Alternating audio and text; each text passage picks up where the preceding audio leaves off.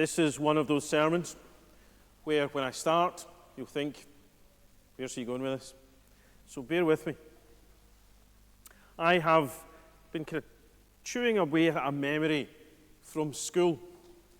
And it's not just one memory, it's a kind of a memory of a thing that would happen quite often as a pupil in school, and one that you might be familiar with too.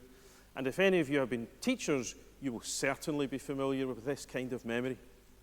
It's where, in my mind, it's in primary school, and it's always a female teacher, quite stern, not that they're always stern, giving instructions to pupils and saying, right, here's what I want you to do.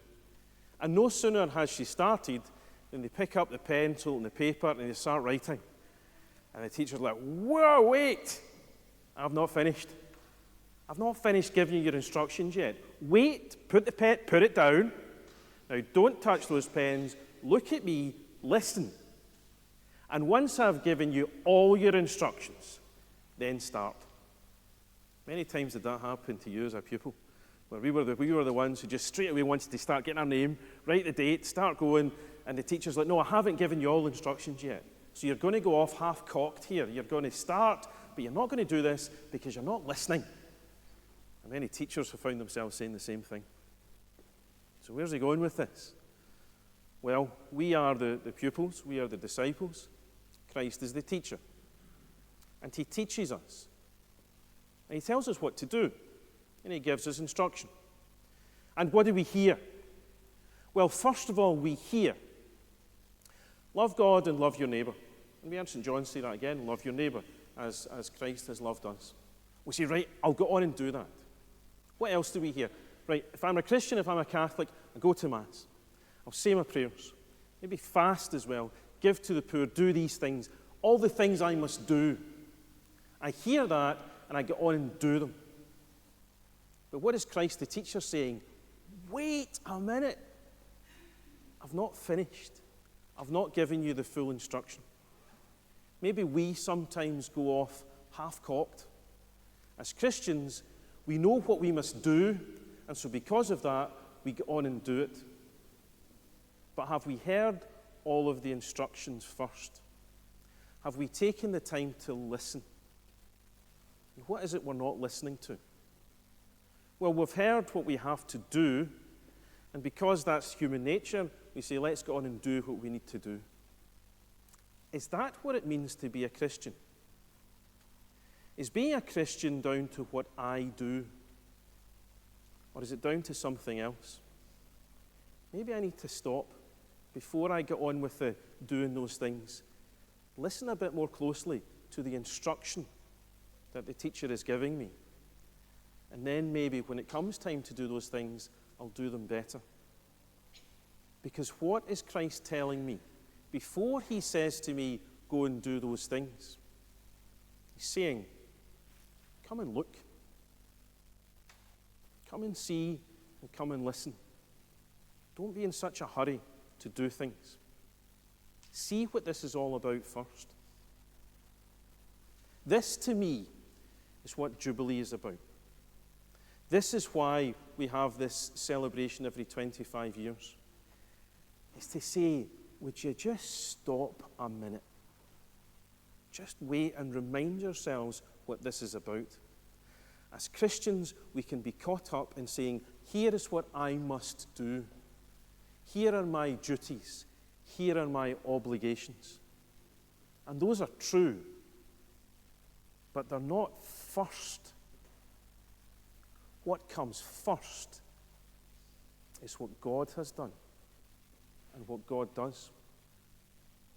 And in order for us to take the step through to what we must do, we have to first of all listen to the instruction. And what he wants to instruct us is that God is with us and that Christ died on the cross for our sake. And unless we take those things to heart, then the things that we do are pointless. St. Paul would say it's like a cymbal clashing or a gong booming, because they're done without love, because they're done without an understanding of God's love. Jubilee is a chance for us to put our pens down and listen to the teacher and contemplate. We think that's for other people to do. That's for the great saints. That's for the religious. That's for the nuns and the monks, all those people to do. No, it's for all of us to do. You know, a Jubilee, one of the images of the Jubilee is the fallow ground. Fallow ground is left empty for a time. Not empty so nothing can happen, but so that when the time comes to sow in it, it'll be much richer. But it needs that time of fallowness. So if we're going to do anything in this Jubilee, here's me saying it, if we're going to do anything, we keep using this language of do. If this Jubilee is for anything at all, it's just to stop and look and listen. Come, let us adore. We sang that in Latin at the beginning. Come, let us adore him. That's what we say when we see Christ there and we see all those images simply looking and worshipping. On Good Friday, the cross will be held up. And what will we say? Oh, come, let us adore. Just look.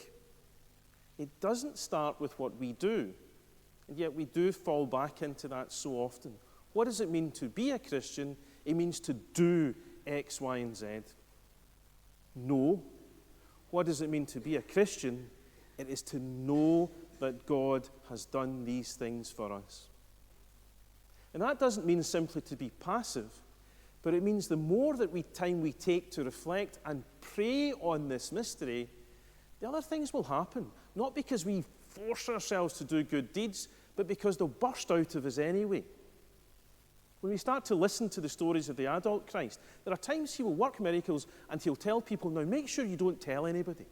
But they can't help themselves. They'll tell people anyway because what has happened to them. Because of their encounter with Christ, they cannot fail to tell others about it. Not because they're willing it to happen, but it's just instinct. So our time spent in praying and reflecting and simply worshipping and looking and listening isn't wasted time.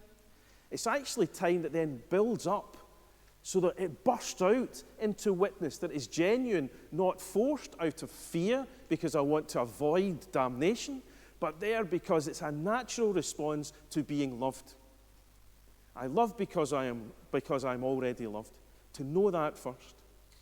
But it's to take the time to listen to the instruction. To catch our breath. It's not that easy. Because we do then say, yeah, but what must I do? Yeah, okay, that will come. As I've been reflecting on the Jubilee, I've fallen into the kind of mistake of saying, what would make this a successful Jubilee in the diocese? What would I hope to achieve?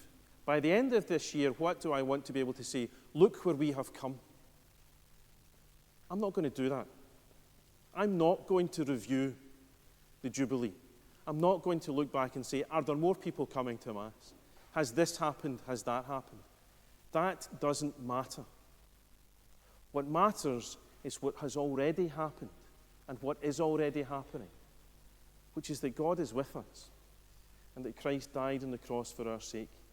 The more time we simply spend reflecting on that, other things will come naturally. We don't need to force it. It simply comes by listening. So, let's not frustrate our teacher. Christ is saying right now, just put your pencil down. Okay? Don't think about what you must do. Don't start now. That love of God and love of neighbour, that will come naturally. Why? Because of the love that God has lavished upon us. All that we need to do in this year is come and adore, come and worship.